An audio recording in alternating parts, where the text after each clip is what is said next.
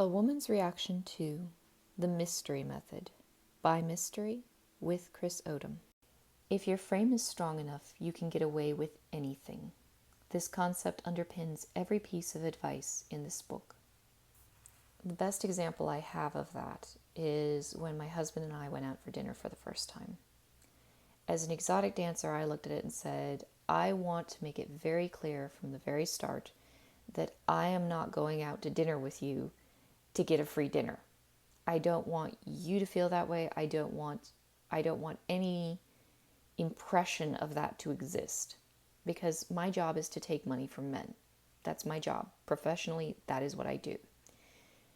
I don't want any trace of that in our relationship, so I want to pay for dinner. At least the first time I want to pay for dinner. And he wouldn't let me. He wouldn't let me pay for dinner. He refused. He was like, no, I want to pay for dinner, so I'm going to pay for dinner.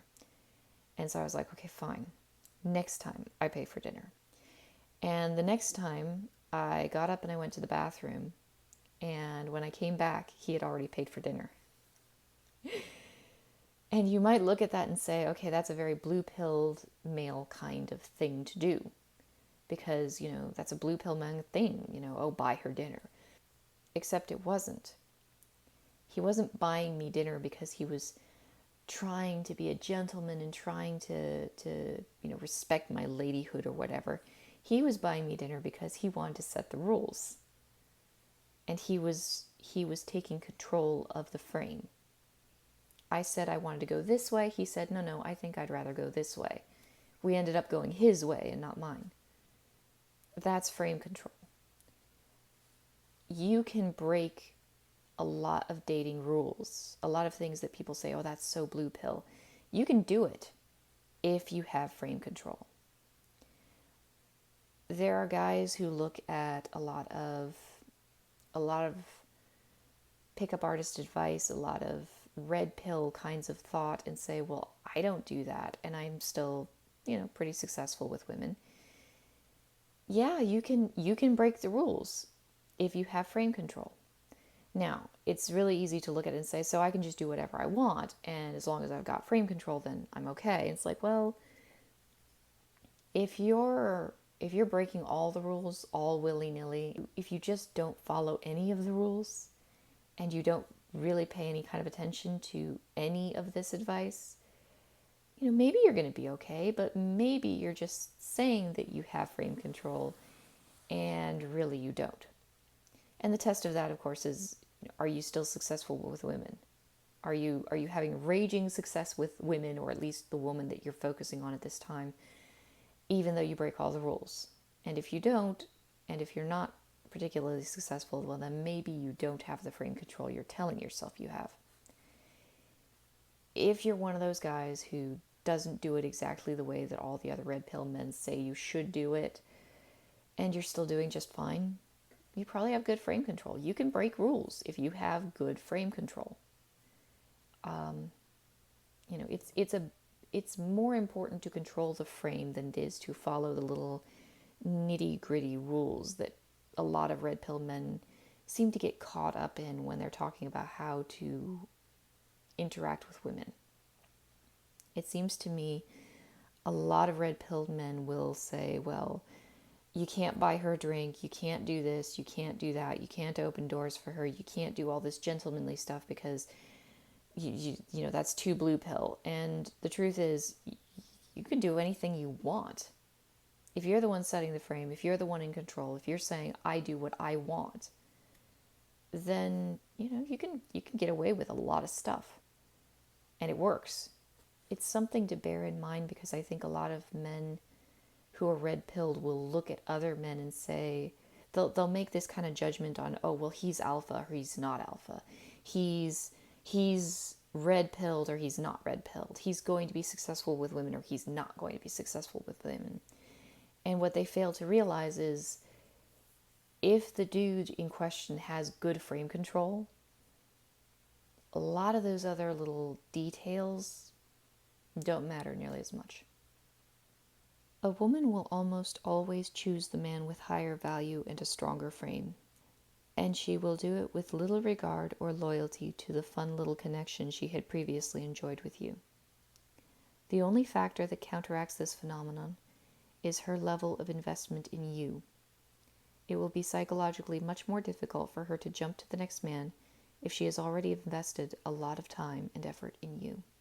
One of the things that I love about Mystery Method, and one of the things that I didn't really see as much of in Rational Male, is the idea of feminine investment.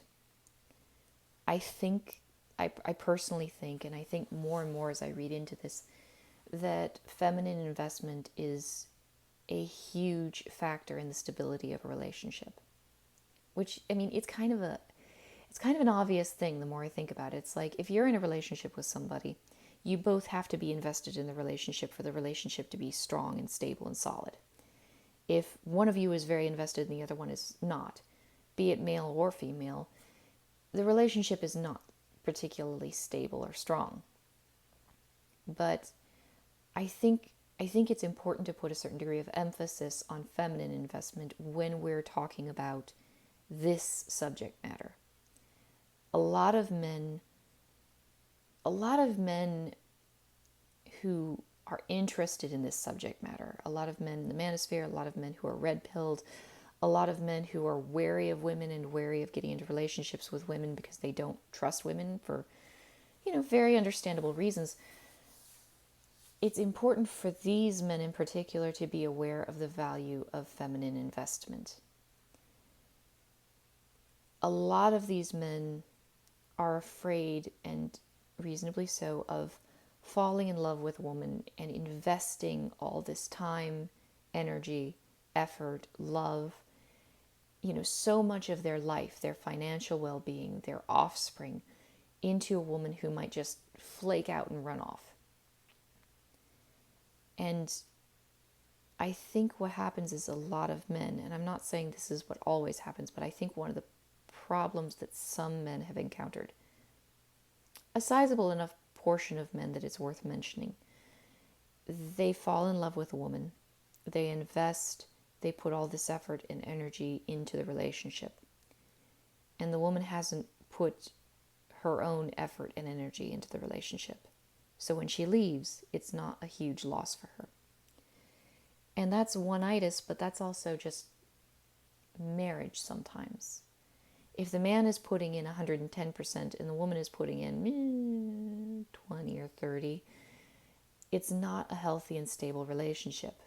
And she's perfectly okay to turn around and leave if she decides she's unhappy. She's not investing anything in it. She's not putting anything into it. And I mean, you see this with women too. If you've got a woman who's like slavishly devoted to some guy who's a complete asshole and he runs off and, does whatever he wants to do and parties and has a good time with other women and then, maybe comes back to her every once in a while when he's feeling bored or when things are getting tough. You see that. But this is the man's equivalent where he's hardworking and working as a provider, and he's good, he's a good dad, and he works really hard, and he's putting all of this effort into the family and the home and the wife, and she's not investing back. If you have a couple and they're both investing, it might not be 50-50. Don't look for a perfect 50-50. Maybe he's working a really crazy hard job and maybe she doesn't have a job right at this point. So she's not bringing in an equal amount of money, but if she's investing herself in the home, in the family, in a relationship with her husband, that strengthens the relationship because she's invested in it. And the more she's invested in the relationship with the man, the less likely it is that she's going to be, wandering off with some other guy. She can't. She's too invested in that relationship. She's so invested in the relationship with you that she can't go off with somebody else. It wouldn't make any kind of sense. It would be a waste of everything that she's put into a relationship with you. And I know there are exceptions to every rule, so maybe some of you guys have encountered situations where she seems really, really invested in the marriage and then all of a sudden just poof, out of nowhere she leaves.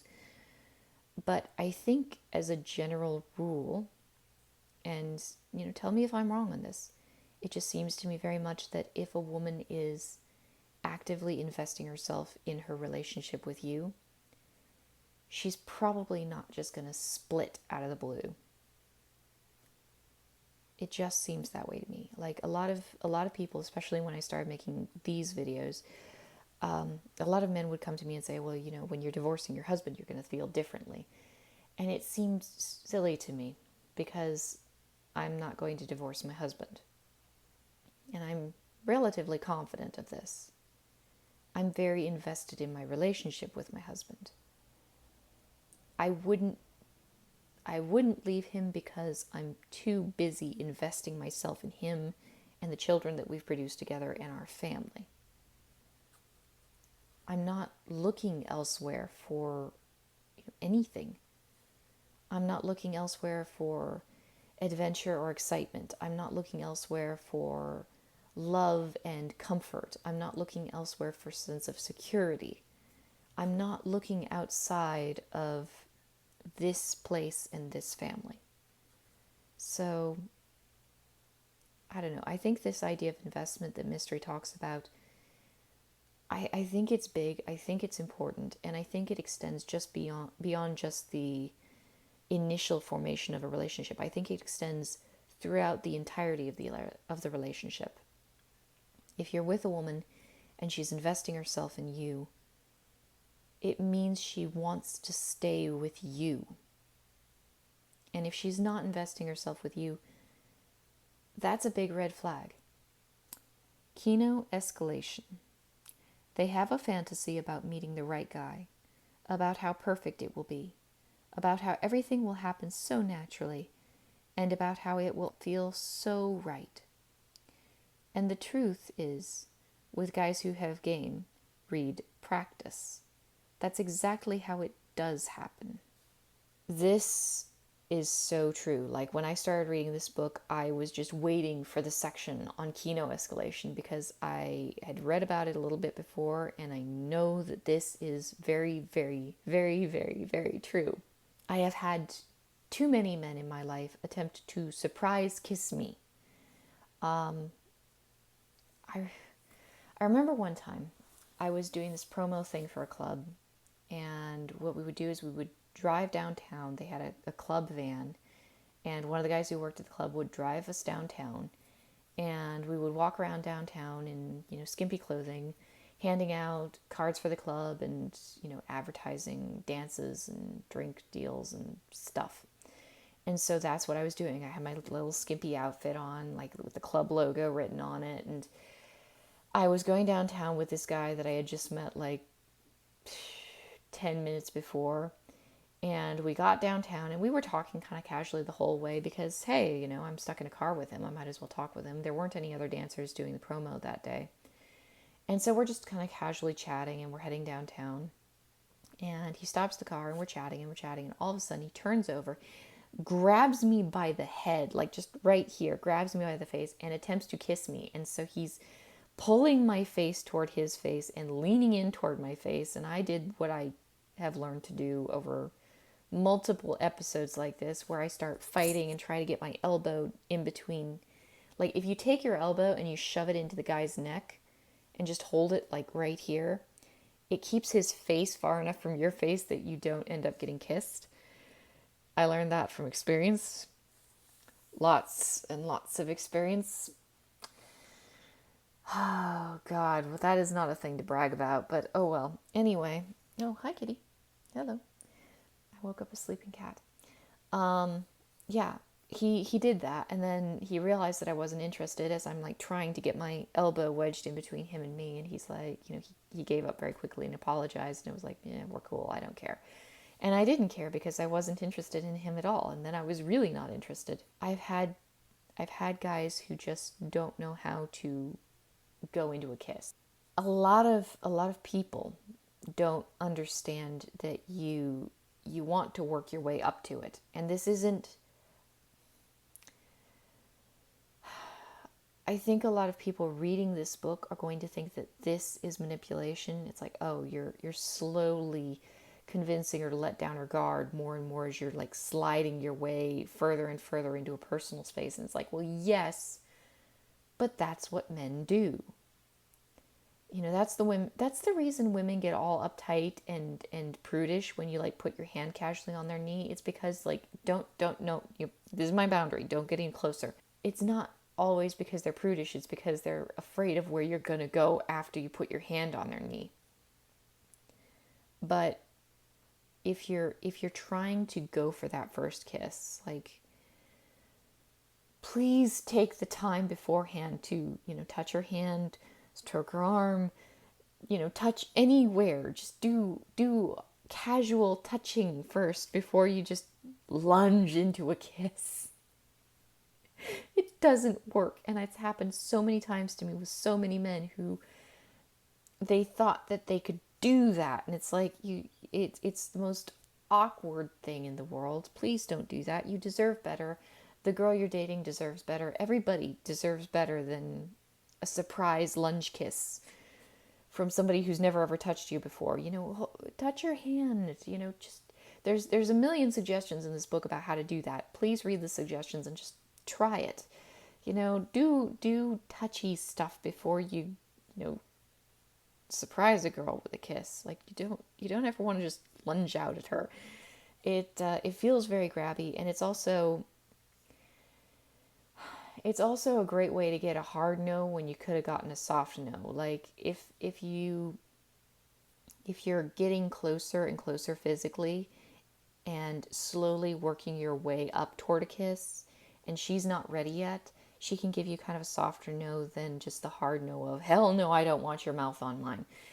A soft no can be changed. A soft no is one of those I'm not quite ready yet. Oh, you're getting a little grabby. I'm going to back away now. It's a much less decisive nonverbal cue if you just spring straight into the kiss right away and you have nothing to really work your way up to that. You haven't established with her yet whether or not she's comfortable enough to kiss you. And if she says no at that point, which is very likely that she will say no at that point, it's a hard no. It's yep, you forced me to make up my mind here and now, immediately with no forethought. So, dead stop, hard no. There is very little opportunity to go back from that. Learn about kino, use kino. We appreciate good kino. We really, really do. When touching a girl's hand, you're not trying to set a frame the two of you are explicitly hand-holding like a couple of teenagers marking their territory. This is also very true. I remember when I first talked to my husband, like one of the second conversation I ever had with my husband. He was talking to me and he was explaining something about, I can't even remember what it was. It was something about hands, and he actually just reached out and touched my hand, like his hand just brushed mine. And it had to do with the conversation. It wasn't something he'd inserted in awkwardly. I felt, this had never happened to me before, but I felt a spark travel from his hand to mine, like just up my arm. And I was instantly on guard, like, okay, did you do that on purpose? Did you work that into the conversation just so that you could touch my hand? Were you trying to play something on me? Like, it was so funny because he was just talking and talking and talking, and like he was still on subject. He wasn't even looking at me. He was not looking for my reaction at all. He was just doing his thing, talking about what he was talking about. And it gave me an opportunity to kind of relax a little and like get back to that point where I had my guard back down. And it was like, imagine if you startle a cat, its hair all stands on end. And then, nothing scary happens for a while and the hair starts to kind of go back down. It was like that. It gave me a chance to kind of relax around him again and realize, okay, well, maybe he's not trying anything. Maybe he's not trying to get at me. Okay, he's just being friendly. He's just being nice. It's easier to do good kino when you're not making it a big thing. It was very casual, non-sexual touch. And because it was touch, it slowly built up that sense of comfort with each other where we were in each other's personal space, we were physically together. And so when it came time to become more romantic, it felt very natural. It was very easy for us. because we touched each other so much at that point, and we had built up to that point. Don't make it a big thing. Don't make it a big romantic thing. Just let it be casual. Let it be relaxed. People who know each other for a long time, they touch each other sometimes, and it's like, that's okay. When you push her away, it spikes attraction. She will respond more playfully to you now. It also creates comfort. She doesn't feel like you're trying to get something if you're constantly pushing her away. This allows her to feel safe while having fun with you. She can allow the emotional stimulation to escalate instead of having to shut it off in self-defense. This is also very true. Like he says a lot of good stuff in this chapter. I can't possibly cover all of it, but this is something that really stood out to me because it's true. If you're moving in too fast, if you're moving too much, a woman feels like she's got to apply the brakes. If you're getting too touchy, if you're getting too close, if you're being too romantic, too fast, then the woman feels like, okay, I have to stop things. I have to apply the brakes. I have to slow things down. And that's, I mean, if you're trying to get romantic with a woman, if you're trying to seduce a woman, if you're trying to build a relationship with a woman, a romantic relationship with a woman, that's not going to help you. Anytime the woman has to push on the brakes, that's not helping your cause. If you push on the brakes, all of a sudden, it's a way that the woman can, like, there have been so many times where it's like, okay, if I feel that you're going to try and get into my pants, I can't let my guard down around you. And this is something like with guys who are players, like I didn't trust them. Like I don't trust a guy who's a player. I don't trust, well, I mean, especially like my old pickup artist friends, I can't relax around them. I've actually broken off contact with, well, all of them at this point. And one of them in particular was because I felt like I couldn't relax around him because I was afraid he was going to try something with me. It's like, that was fun when we were single. I'm married now. We can't go there, so we can't talk to each other anymore. I don't trust you.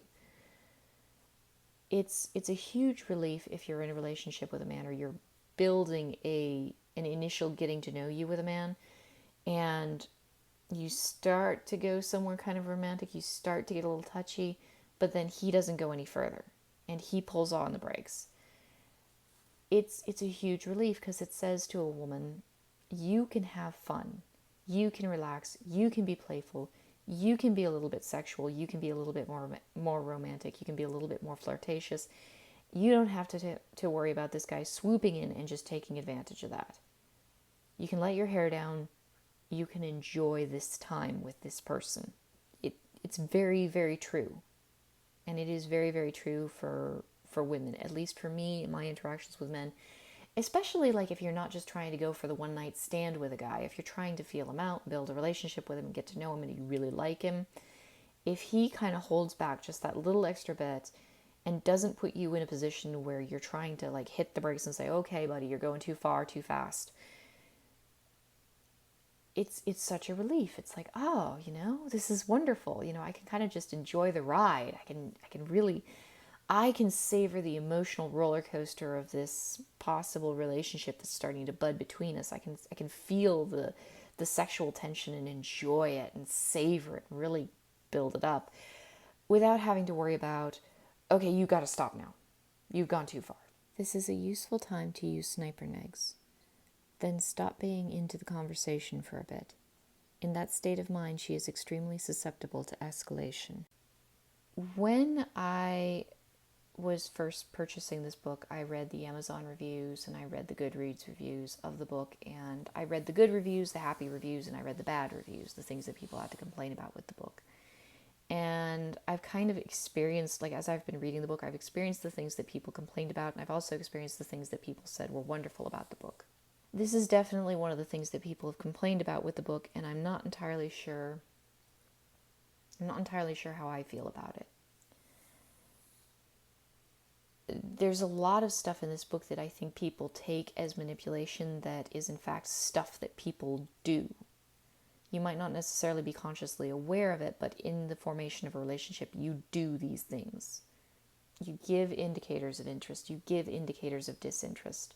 You do display higher value. That's not frame control is not manipulation of women. Frame control is I think a very normal, healthy interaction between men and women, where men do tend to take a leadership role in interaction and women do tend to take a follower role in an interaction. Humans are terribly social animals. This is how we operate in our natural environment. So advising men to have good frame control, that's not necessarily about manipulating women or treating women like lesser people. That's just how humans interact socially. But then there's stuff like this where you really are intentionally behaving in such a way that you are manipulating the other person. And I can understand where people look at it and say, this is sociopathic.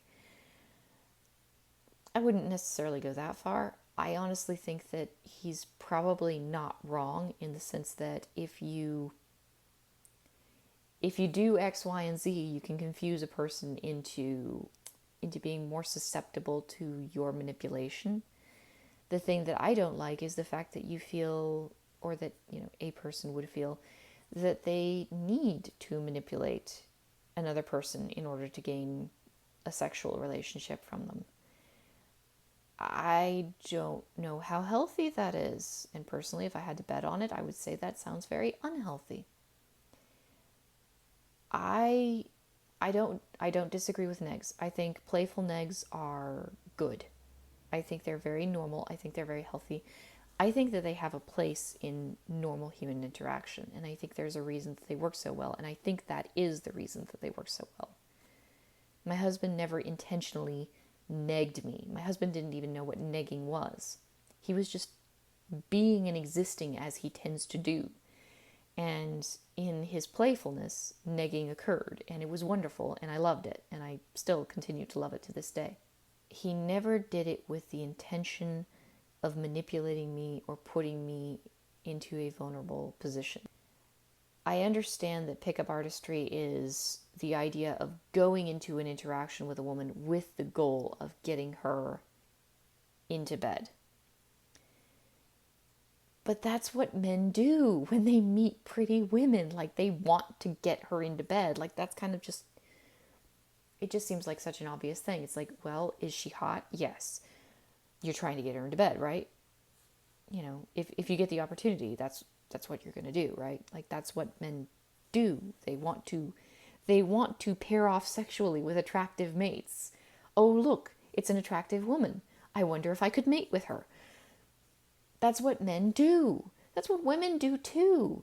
Oh, look, it's an attractive man. He's hot, I think I want him. That's the mating game.